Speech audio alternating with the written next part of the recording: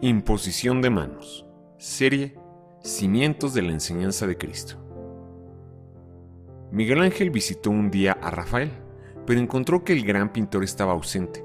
Como el criado le preguntara su nombre, respondió trazando en una muralla las líneas de un rostro humano. Cuando volvió Rafael, su sirviente le refirió que el visitante no había dado su nombre y que solo había trazado unas líneas en la pared. El artista contempló aquellos trazos y exclamó admirado: «Solo puede ser la mano de Miguel Ángel». Así como las manos del artista Miguel Ángel tenían un sello inconfundible, del mismo modo lo tienen las manos de Dios, cuando Él muestra su poder y favor para con nosotros. Jesús vive en nosotros y quiere usar nuestras manos para poner su sello de bendición y sanidad. ¿Has usado tus manos en nombre de Jesús para edificar y servir a los demás? ¿Conoce los propósitos para los cuales debemos imponer manos en el nombre de Jesús? Pidamos a Dios que use nuestras manos y nos enseñe a hacerlas extensión de las suyas. La imposición de manos es algo que debemos practicar todos los creyentes. Sin embargo, se ha llevado a dos extremos. No se practica por el temor a participar en pecados ajenos o ser contaminado con demonios, o bien se realiza con fanatismo y sin discernir su significado, atribuyéndole poderes mágicos a quienes lo realizan. Debemos conocer lo que la Biblia enseña sobre la imposición de manos para ejercitarlo adecuadamente, tomando a Jesús como ejemplo. Examinemos en las Escrituras los 10 propósitos de la imposición de manos. El primer propósito de la imposición de manos es bendecir. Marcos 10:16. Y después de abrazarlos, los bendecía poniendo las manos sobre ellos. Contrario a lo que se piensa, la imposición de manos no tiene que ver únicamente con las cosas espirituales, sino que es algo que debemos ejercitar frecuentemente, sobre todo entre esposos y los padres con los hijos. Jesús vive en nosotros y Él quiere tocar a otros usando nuestras manos, así que debemos bendecirnos unos a otros, principalmente en la familia, demostrándonos afecto mutuo al bendecirnos unos a otros. ¿Cómo podemos ejercitar la imposición de manos para bendecir en la vida cotidiana? Cuando entendemos la enseñanza elemental de Jesús respecto a la imposición de manos, descubrimos que tenemos en nosotros mismos las herramientas para bendecir y desplegar y transmitir el poder de Dios. Debemos entender que somos simples y sencillos conductores de la bendición y el poder de Dios. En nosotros no hay ninguna virtud. Tal como alguien que toca una fuente de electricidad de alta tensión es impactado y sacudido por ella, cualquiera que esté en contacto con él también es sacudido. Del mismo modo es con Dios, por medio del Espíritu Santo, la fuente de alta tensión de la bendición de Dios. Pero la inmensa diferencia entre el poder y la bendición de Dios y la electricidad es que la bendición y el poder de Dios son benéficas y no dañinas como la electricidad. Además que dependen del ejercicio de nuestra fe y de nuestra voluntad para transmitirlos. Si yo no los transmito, si yo no tomo la iniciativa, pues estoy guardando, me estoy reteniendo la bendición para mí. Frecuentemente deberíamos poner las manos sobre nuestros hijos, el esposo a la esposa al esposo, a aquellos que viven en el hogar bajo el mismo techo, por medio de un abrazo, una palmadita, un apretón de manos, una caricia, todo en un entorno de respeto, santidad y pureza. Cuidémonos de ser religiosos y no convertir la imposición de manos para bendecir en un ritual religioso, porque cuando descubrimos esto, ya todos los viernes va a ser viernes de imposición de manos para bendecir. No, es un acto sencillo, debe ser algo natural, al grado de que después de dar un simple saludo afectuoso, las personas puedan experimentar el amor y la bendición de Dios en sus vidas, fluyendo de nosotros hacia ellos. De vez en cuando deberíamos poner las manos sobre cada uno de nuestros hijos, de vez en cuando o frecuentemente, y bendecirlos en oración. Los judíos tienen como costumbre cada día de reposo el bendecir a sus hijos. Pero para muchos se volvió ya un ritual vacío, simplemente repiten palabras por repetir y no tienen significado. A nosotros nos puede pasar lo mismo si de pronto establecemos un día, ¿no? El día de bendecir a nuestros hijos e imponerles las manos. Debemos hacerlo de manera espontánea y frecuente, guiados por el Espíritu Santo. Incluso podemos bendecirlos mientras duermen, poniendo tierna y delicadamente nuestras manos sobre sus cabezas para no despertarlos y espantarlos, y bendecirlos con la palabra, orando en nuestro corazón en silencio.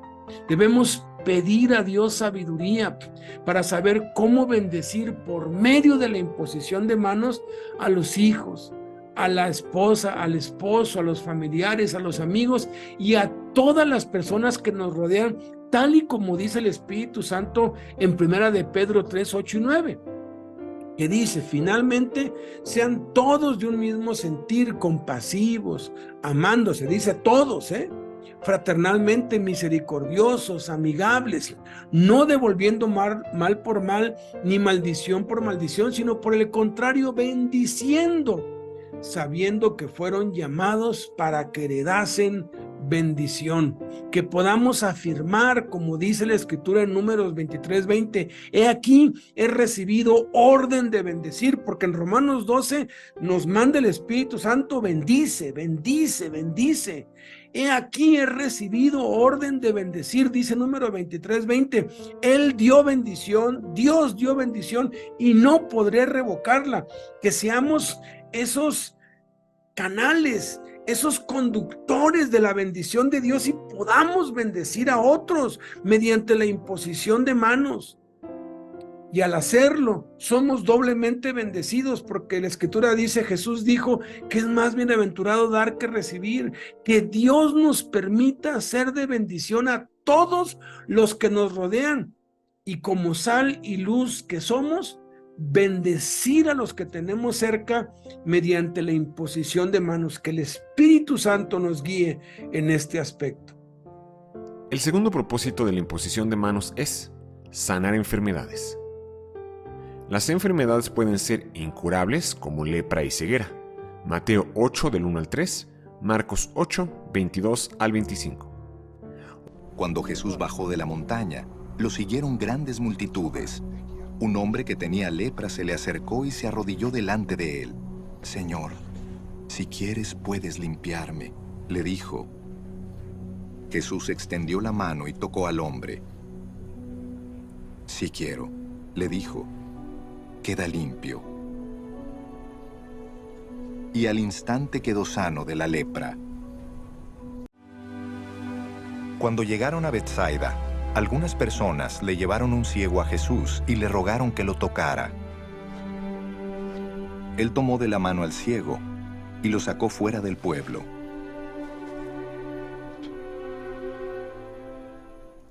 Después de escupirle en los ojos y de poner las manos sobre él, le preguntó: ¿puedes ver ahora? El hombre alzó los ojos y dijo: veo gente. Parecen árboles que caminan. Entonces le puso de nuevo las manos sobre los ojos.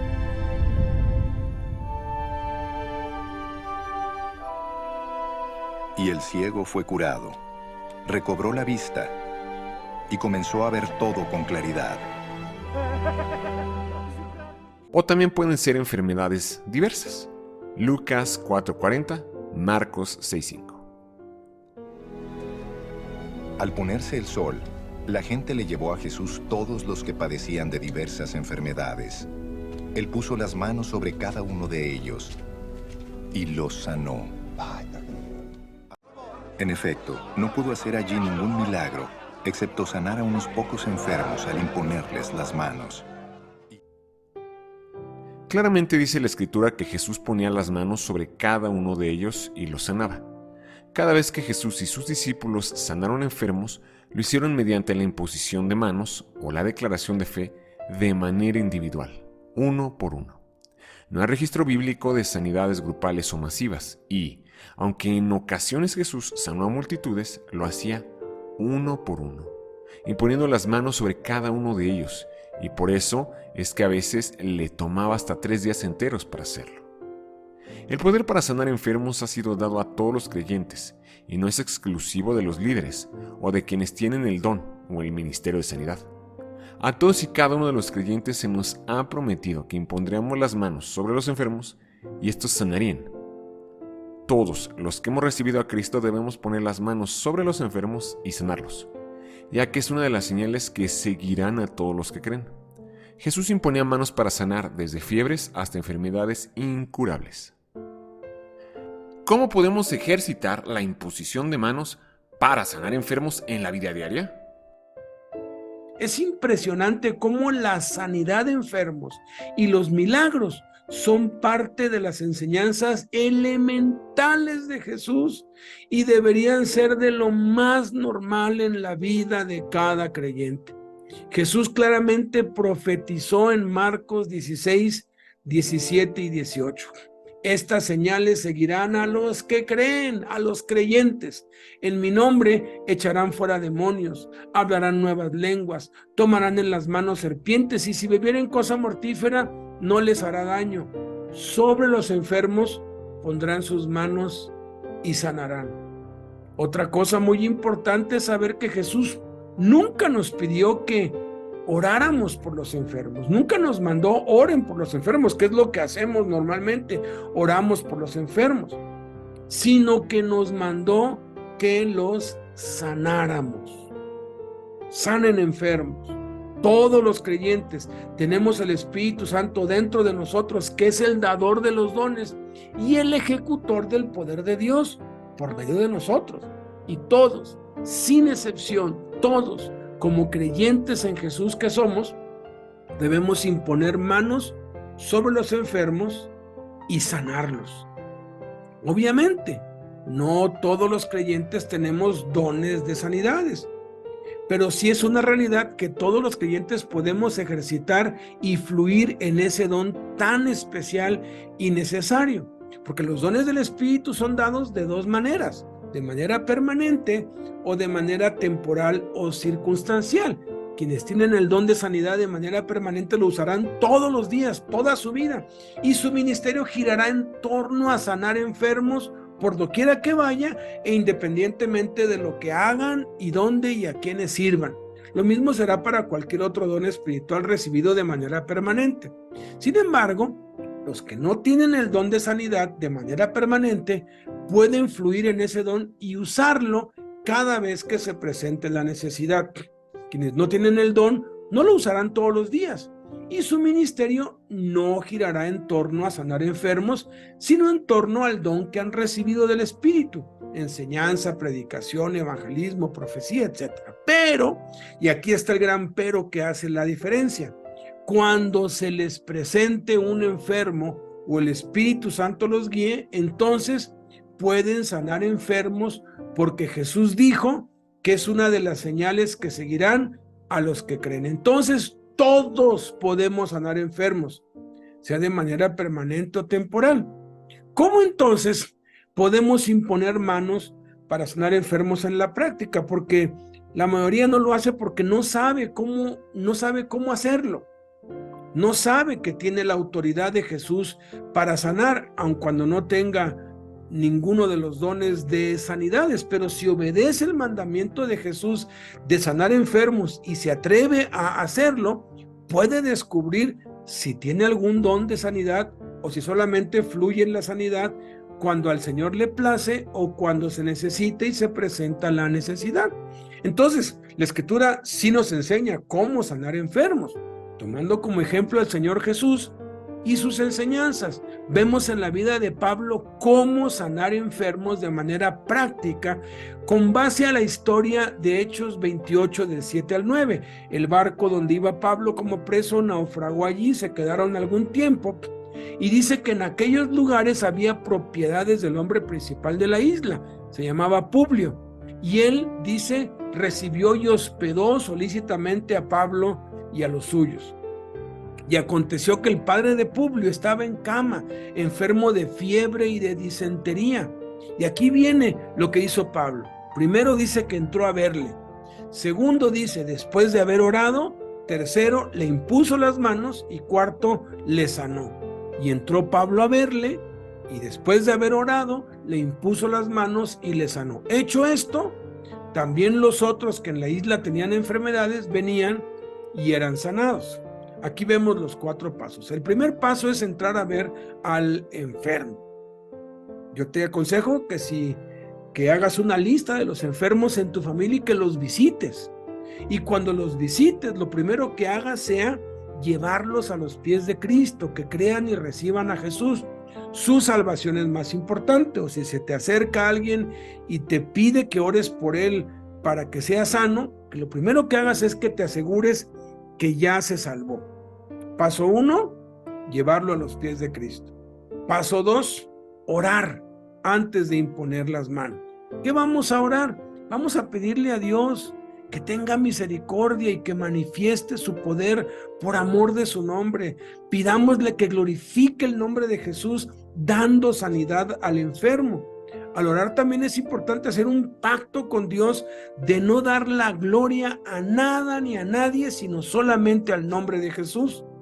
Pedirle al enfermo también que se comprometa a no dar crédito ni a la iglesia, ni a los hermanos, ni a ti que vas a orar por él, sino que cuando sea sanado, porque tienes que asegurarle que va a ser sano, porque así dijo Jesús, les testifica a todos que fue Jesús de Nazaret quien lo sanó y nada más. Pídele a Dios que te revele si hay algún impedimento, algún obstáculo, que te dé discernimiento, y es posible que mientras oras, Dios te revele algún obstáculo en ti o en la persona, sea orgullo, soberbia, pecado, amargura, falta de perdón, obstinación, rebeldía, etcétera, que puedan impedir la sanidad. Si se trata contigo, ponte a cuentas con Dios. Y si se trata de la persona, sé muy prudente y ministrale, como el Espíritu te guíe para que perdone, para que se arrepienta. Entonces, primer paso, salvación. Segundo paso, orar. Tercer paso, imponer las manos. Simplemente imponerlas, no imponerlas y orar. A veces tenemos tan arraigado eso que ponemos las manos y empezamos, oh Padre, te pido que lo sanes. No, primero oras y después le pones las manos. Así le hizo Pablo, siguiendo el ejemplo de Jesús. Si es posible y no es vergonzoso, poner las manos en el lugar donde la enfermedad está. Es muy prudente que si es una dama, le pidas a una dama o a tu esposa, que es lo más correcto que vaya contigo, que le ponga las manos. Pedirle a otro que lo haga. O hacerlo tú si es un hombre. Ya que puse las manos, viene el cuarto paso. Entonces, paso 1, llevarlo a los pies de Cristo. Paso 2, orar. Paso 3, poner manos. Paso 4, sanar al enfermo. ¿Cómo? Declarando por fe su sanidad con base a la promesa de las Sagradas Escrituras. Jesús dijo, si dijeras a este monte, quítate y échate en el mar, te obedecería. ¿Cuánto más una enfermedad? Le puedes ordenar a la enfermedad que se vaya. Puedes declarar algo así como esto: en el nombre de Jesucristo, yo declaro sanidad en este cuerpo y ordeno a la enfermedad que se vaya por el poder del nombre de Jesucristo, que está sobre todo nombre, que se nombra aún sobre el nombre de esta enfermedad, pues escrito está que Jesús fue herido por nuestras rebeliones y molido por nuestros pecados, que el castigo de nuestra paz fue sobre él y que por su llaga fuimos todos curados, porque escrito está que él llevó todas nuestras enfermedades en su cuerpo sobre el madero. Hagámoslo, atrevámonos. ¿Y qué si no se sana? Eso ya es un asunto de Dios. A nosotros nos toca obedecer y a Dios le toca sanar. Hagámoslo. Vamos a llevarnos sorpresas increíbles y Dios va a ser glorificado. El tercer propósito de la imposición de manos es resucitar muertos. Mateo 9, 18 y 25, Marcos 5, 23. Mientras él les decía esto, un dirigente judío llegó, se arrodilló delante de él y le dijo: mi hija acaba de morir, pero ven y pon tu mano sobre ella y vivirá. Pero cuando se les hizo salir, entró él. Tomó de la mano a la niña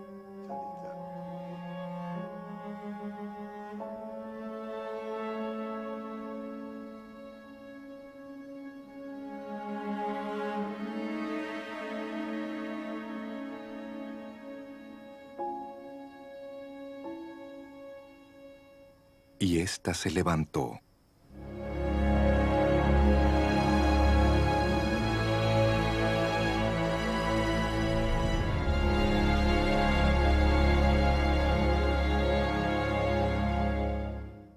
Al ver a Jesús, se arrojó a sus pies suplicándole con insistencia: «Mi hijita se está muriendo. Ven y pon tus manos sobre ella para que se sane y viva». El cuarto propósito de la imposición de manos es hacer milagros. Marcos 6:2. Cuando llegó el sábado, comenzó a enseñar en la sinagoga. ¿De dónde sacó tales cosas?, decían maravillados muchos de los que le oían. ¿Qué sabiduría es esta que se le ha dado? ¿Cómo se explican estos milagros que vienen de sus manos? El quinto propósito de la imposición de manos es hacer señales y prodigios. Marcos 16:18, Hechos 5:12. Tomarán en sus manos serpientes, y cuando beban algo venenoso no les hará daño alguno. Pondrán las manos sobre los enfermos, y estos recobrarán la salud.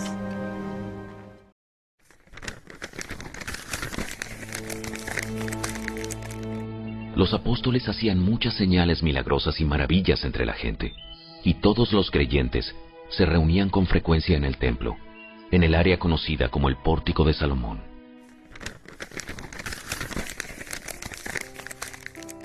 Los milagros y señales y maravillas han seguido a los creyentes durante toda la historia del cristianismo. Jesús prometió que las señales seguirían a los creyentes y que las obras que él hizo, incluidos los milagros, sanidades, señales, prodigios y resurrección de muertos, nosotros también las haríamos, y que aún mayores obras que él haríamos, porque iba al Padre y nos enviaría al Espíritu Santo.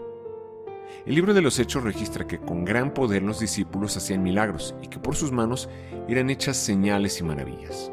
Pedro y Pablo resucitaron muertos mediante la imposición de manos.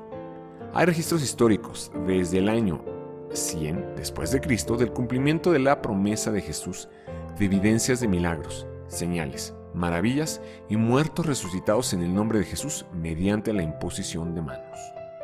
Los milagros, sanidades, señales y prodigios han sido documentados a través de toda la historia del cristianismo, y se tienen registros y evidencias de Justino, Irineo, Montano, Tertuliano, Novaciano, Antonio, Hilarión, Macrina, Ambrosio, Agustín de Hipona, Gregorio de Tours, Gregorio el Grande, Vladimiro de Rus, Francisco de Asís, Vicente Ferrer, los Waldesianos y Martín Lutero, entre muchos otros, todos ellos creyentes en Cristo que fueron usados por Dios.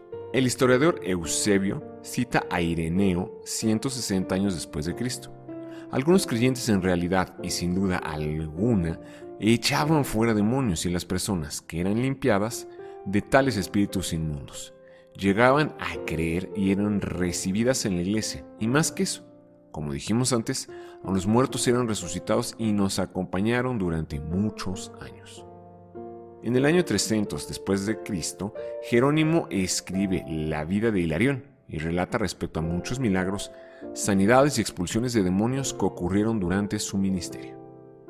Agustín de Hipona documenta en el 400 después de Cristo en su libro La ciudad de Dios una lista de los milagros que él atestiguó, entre los cuales está una mujer y un hombre resucitados. En 1400 después de Cristo se describe en el libro La vida de los santos a Colette de Corbie como una creyente que hacía multitud de milagros y señales y que resucitaba muertos. Si investigamos a fondo y con seriedad podemos descubrir que los milagros, incluido la resurrección de muertos, han estado presentes en toda la historia de la iglesia cristiana. Y hoy en día se sabe que muertos resucitados en el nombre de Jesús por creyentes comunes en comunidades remotas de China y algunos otros países, especialmente donde hay persecución. Los milagros, señales y prodigios son para hoy, y es por medio de la imposición de manos que podemos realizarlos. Pidamos a Dios nos enseñe a usar nuestras manos no solo para lo espiritual, sino también para asuntos de la vida diaria y para resolver todo tipo de problemas. Que Dios nos guíe. ¿Cómo podemos ejercitar la imposición de manos para hacer milagros, señales y prodigios en la vida diaria? La respuesta a esta pregunta es similar a la anterior, de cómo ejecutar la imposición de manos para sanar enfermos. En 1 Corintios 12 se nos enumeran 9 dones sobrenaturales que el Espíritu Santo reparte a cada creyente como Él quiere y como Él decide. Y uno de esos dones es el de hacer milagros. Acabamos de leer en la Escritura que por la mano de los apóstoles se hacían muchas señales y prodigios en el pueblo. En Hechos 8:13 dice la Escritura que Simón el mago en Samaria veía las señales y grandes milagros que hacía Felipe. En Hechos 9:11 dice que hacía Dios milagros extraordinarios por mano de Pablo. En 1 Corintios 12:28 el Espíritu Santo dice que a unos puso Dios en la iglesia, primeramente apóstoles, luego profeta, lo tercero maestro, luego los que hacen milagros, después los que sanan, los que ayudan, los que administran, los que tienen don de lenguas, etc. Jesús prometió que señales seguirían a los creyentes, así que los milagros, señales y prodigios también deben ser parte de nuestra vida diaria. Los milagros deberían ser lo normal. Entonces, para poder responder la pregunta, ¿cómo podemos ejercitar la imposición de manos para hacer milagros, señales y prodigios en la vida diaria? Tenemos que entender que los milagros, señales y prodigios no están limitados a las campañas evangelísticas y a la obra misionera en los lugares recónditos, en la selva, sino que los milagros, señales y prodigios están al alcance de cualquier creyente y tenemos que usar nuestras manos, porque la mayoría de los milagros que Jesús hizo, los hizo en la vida cotidiana, en la vida diaria. En una fiesta de bodas hizo el milagro de convertir el agua en vino. En el campo multiplicó los panes y los peces. En el mar ocurrió una pesca que se conoce como la pesca milagrosa, cuando era imposible que se pudiera pescar. Cuando tuvo que pagar impuestos, mandó a Pedro que echara el anzuelo y el primer pez, ese traía dentro una moneda con el cual se pagó el impuesto de Pedro y de él. Entonces debemos saber que los milagros sí existen y debemos usar nuestras manos osadamente ante situaciones cotidianas y de necesidad. Yo he oído testimonios increíbles de misioneros y de siervos de Dios que conozco y que me lo han contado y que han tenido testigos de eso, como uno que iba en la sierra en su carro y de pronto hubo una fuga en el tanque de gasolina y hasta arriba de la sierra el carro se quedó sin gasolina y iban de subida. Lo que hicieron pues fue imponer manos sobre el tanque, prender el carro y continuaron, subieron toda la sierra, bajaron toda la sierra, llegaron hasta donde iban sin una gota de gasolina en el tanque. Ese es un milagro. Otro siervo de Dios igual estaba en la obra y el carro simplemente se le apagó, un carro automático de esos que no prenden empujados. Él simplemente se bajó, le puso las manos, le ordenó al motor que funcionara, lo prendió otra vez y el carro arrancó y llegó a donde iba. Otro milagro impresionante de alguien muy cercano a mí fue que el carro se le quedó parado pasando la caseta de México-Puebla. Él sí sabe de autos, abrió el auto y vio que estaban flameados todas las bujías. Entonces las quitó para limpiarlas y escuchó una voz que le dijo: prende el auto, cierra el cofre, prende el auto y vete. Y no vio a nadie alrededor, dijo: esto fue Dios. Se fue con las bujías, le dio al switch y el auto prendió y llegó hasta donde su cuñado estaba. Y le dijo: mira, y el carro estaba prendido. Y le dijo: no, un carro sin bujías no puede caminar. Y le dijo: pues mira. Y abrieron el cofre y el carro estaba sin una bujía y estaba prendido. Y este hombre no le quedó otra más que creer que Dios existe y que los milagros existen. En mi caso personal, hace como unos 20 años yo tenía un CPU, tenía que entregar un informe al otro día muy importante y la computadora simplemente se quemó. Yo la abrí y el procesador estaba quemado. Una computadora no puede funcionar sin un procesador, pero Blanquita le pedí que viniera, que le pusiera manos, que le ordenara que funcionara, nada más para que yo pudiera imprimir. Y yo no lo podía creer, pero yo tenía el procesador aquí en la mano, le puse el botón encendido, encendió, abrí el archivo, lo mandé a imprimir, hasta hice una copia, y en cuanto acabó, ¡pum!, se apagó otra vez, y obviamente no volvió a prender. ¿Cómo prendió sin el procesador? Ese es un milagro, son cosas inexplicables. En otra ocasión, yo venía con 2 misioneros en el auto, ellos son testigos, ellos lo vieron, ninguno de los 3 lo podíamos creer, el carro se me sobrecalentó, veníamos del Reclusorio Norte, ya para la casa, y en la carretera, ahí se nos quedó. Se sobrecalentó, revisé, no tenía una gota de aceite, estaba totalmente seco, conseguimos agua porque todo el agua se le había pues consumido, y recordé que yo traía una botella de aceite atrás, fui y pues sí, esa botella de aceite para autos pues tenía como una quinta parte, como unos 150 mililitros, cuando mucho, póngale 200 mililitros, casi nada, era muy poco lo que pues tenía. Y en la carretera allí simplemente me acordé de esto, dije, los milagros son para la vida práctica, para las necesidades prácticas. Pusimos manos, ordenamos al aceite que se multiplicara, se lo echamos y le hicimos así, y ahora sí que le hacíamos para que cayera hasta la última gota. Le metí la bayoneta y cuando la saqué, de estar en cero, totalmente seco, y varias veces lo hice, los otros 2 misioneros lo hicieron, y nada, cuando la saqué estaba al nivel perfecto. Y lo metió el otro y le limpió y estaba al nivel perfecto, y nos fuimos así, fui a una gasolinería de todas maneras y estaba en el nivel perfecto. Esos son los milagros. Los puede hacer en la vida diaria, en la cocina, lo puede hacer con sus equipos, lo puede hacer en su trabajo. Dios sigue haciendo milagros el día de hoy y los hace a través de nuestras manos. El sexto propósito de la imposición de manos es establecer diáconos en la iglesia. Hechos 6:6.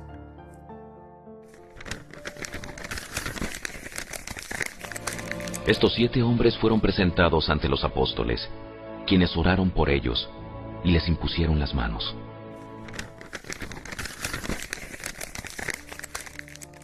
La organización del liderazgo de la iglesia desde sus inicios está muy claramente definido en los Hechos y todo el Nuevo Testamento. Cada iglesia era liderada por 2 o más líderes, a quienes la Escritura denomina ancianos, como veremos más adelante. La iglesia en Jerusalén era dirigida por 3 ancianos, Pedro, Jacobo y Juan. La iglesia de Antioquía por 5. Los ancianos se dedicaban enteramente a los asuntos espirituales, y debido a eso levantaban discípulos que les ayudasen con las cosas materiales, a quienes la palabra se refiere como diáconos. Diácono significa servidor, y no es un título opuesto, sino una actividad delegada para servir a Dios por medio de servir a los demás en asuntos materiales como acarreo, servir comida, ayuda, aseo, finanzas, etc. El séptimo propósito de la imposición de manos es establecer ancianos en la iglesia. Tito 1:5.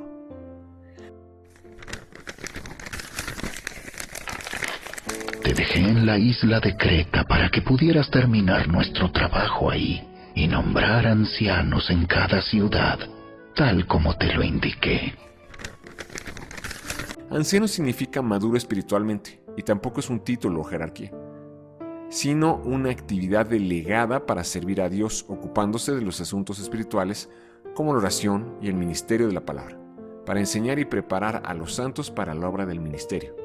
Anciano es lo mismo que obispo. Anciano se refiere al carácter del servicio, mientras que obispo se refiere a la responsabilidad del siervo, la cual es supervisar, gobernar, predicar, enseñar y pastorear, dirigiendo a los creyentes para que realicen la obra del ministerio. La iglesia debe ser gobernada por varios ancianos, de los cuales saldrán apóstoles. El octavo propósito de la imposición de manos es enviar misioneros. Hechos 13:3.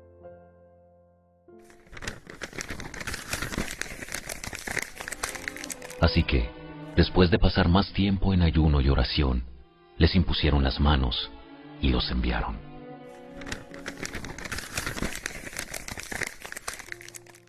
Una vez establecidos ancianos y diáconos, se debe imponer manos de entre los ancianos que el Espíritu indique, para enviarlos como misioneros a levantar iglesias a donde Dios los dirija.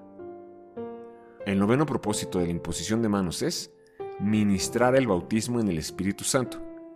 Veamos 3 ejemplos en el libro de los Hechos y cómo lo hicieron. 2 apóstoles a los creyentes en Samaria. Hechos 8 del 15 al 17.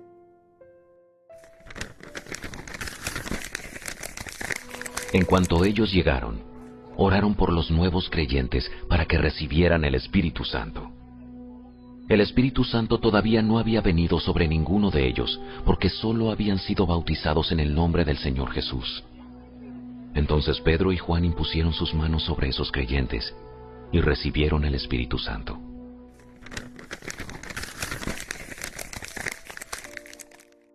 Apóstol tampoco es un título o puesto, sino una actividad y significa enviado o misionero.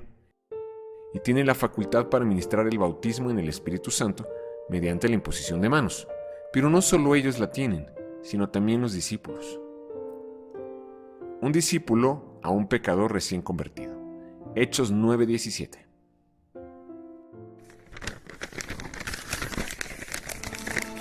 Así que Ananías fue y encontró a Saulo, puso sus manos sobre él y dijo: Hermano Saulo, el Señor Jesús, quien se te apareció en el camino, me ha enviado para que recobres la vista y seas lleno del Espíritu Santo. Pablo fue bautizado con el Espíritu Santo por un discípulo y, después que fue enviado, su ministerio era no solamente predicar y bautizar en agua, sino también ministrar el bautismo en el Espíritu. Un apóstol a 12 creyentes. Hechos 19 del 6 al 7.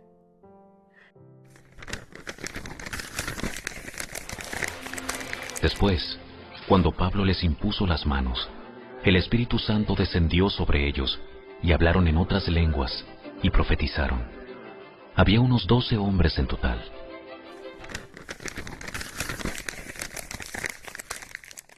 El bautismo en el Espíritu es algo que debemos tener todos los creyentes. Puede venir por la imposición de manos de un discípulo o de Dios directamente. También podemos tenerlo pidiéndole en oración. El 10º propósito de la imposición de manos es ministrar dones espirituales. 1 de Timoteo 4:14, 2 de Timoteo 1:6. No descuides el don espiritual que recibiste mediante la profecía que se pronunció acerca de ti, cuando los ancianos de la iglesia te impusieron las manos.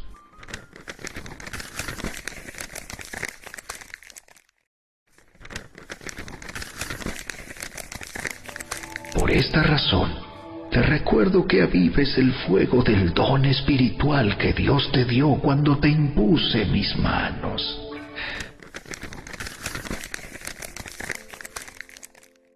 Todos los creyentes tenemos por lo menos un don espiritual dado por el Espíritu Santo. La imposición de manos es para que ese don sea descubierto o salga a la superficie.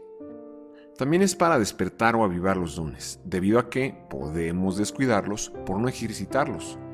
En el contexto, vemos que la lectura, la exhortación y la enseñanza son el medio por el cual los dones son cuidados o cultivados.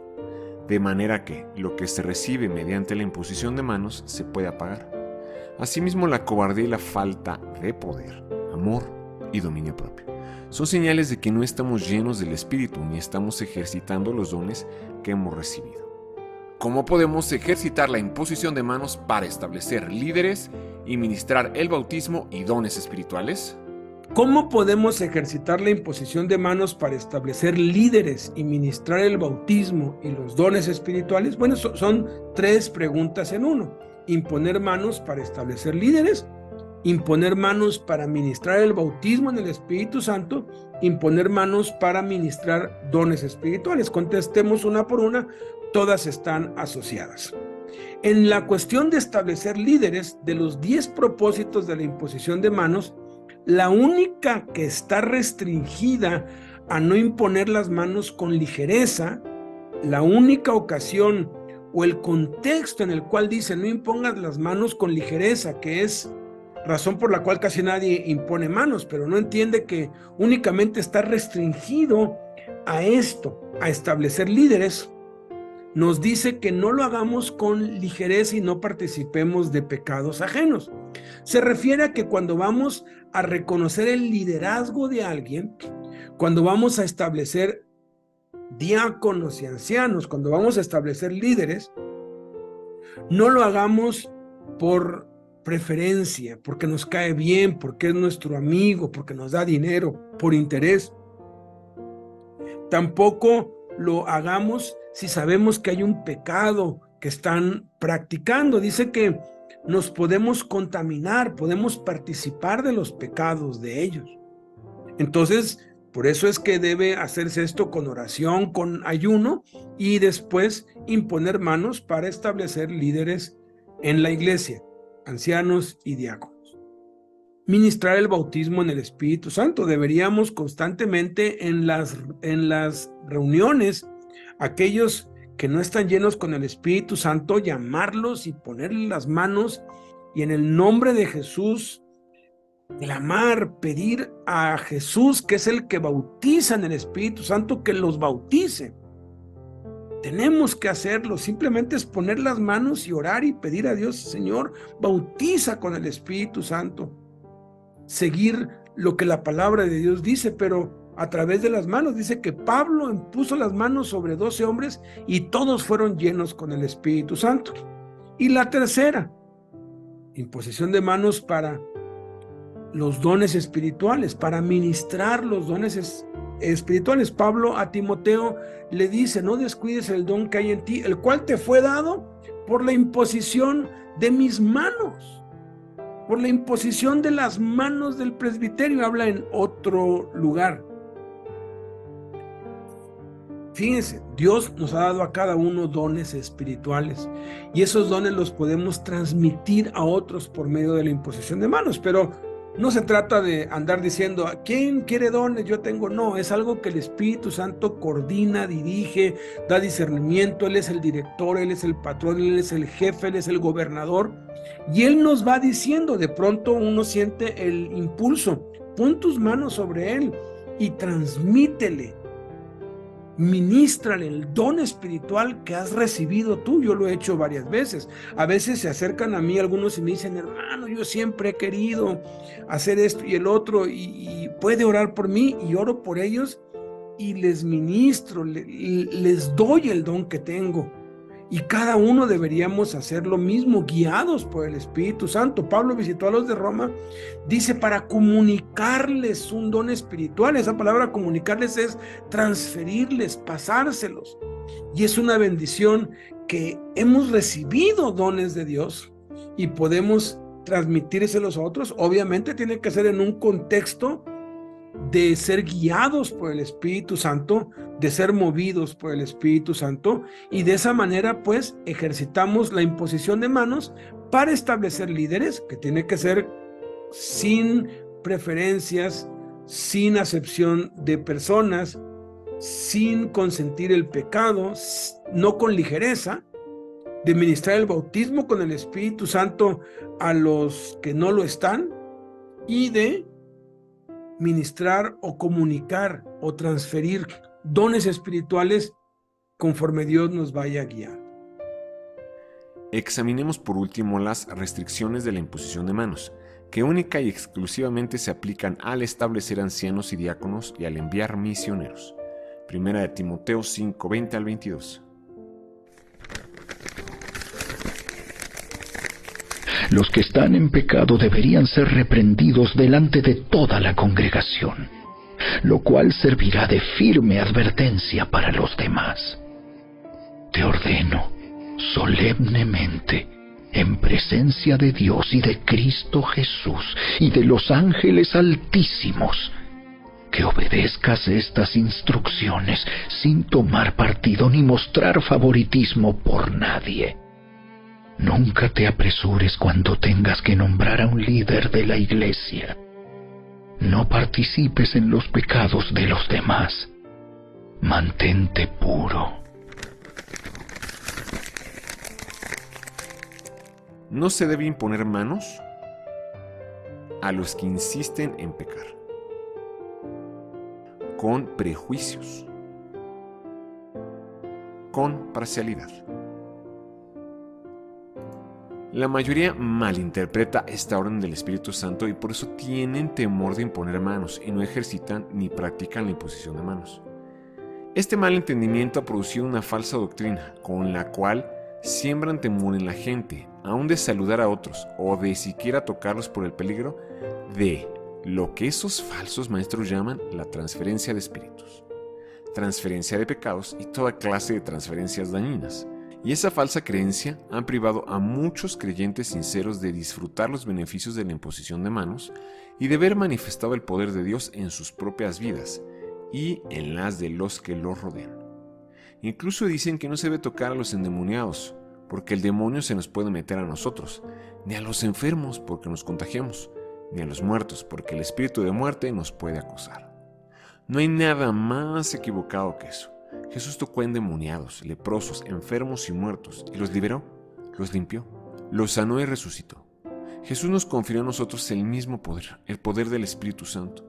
Debemos rechazar esas falsas doctrinas y comenzar a ejercitar la imposición de manos tal y como lo enseñó Jesús, sobre todo para bendecir, para sanar y hacer milagros, sanidades, señales y prodigios.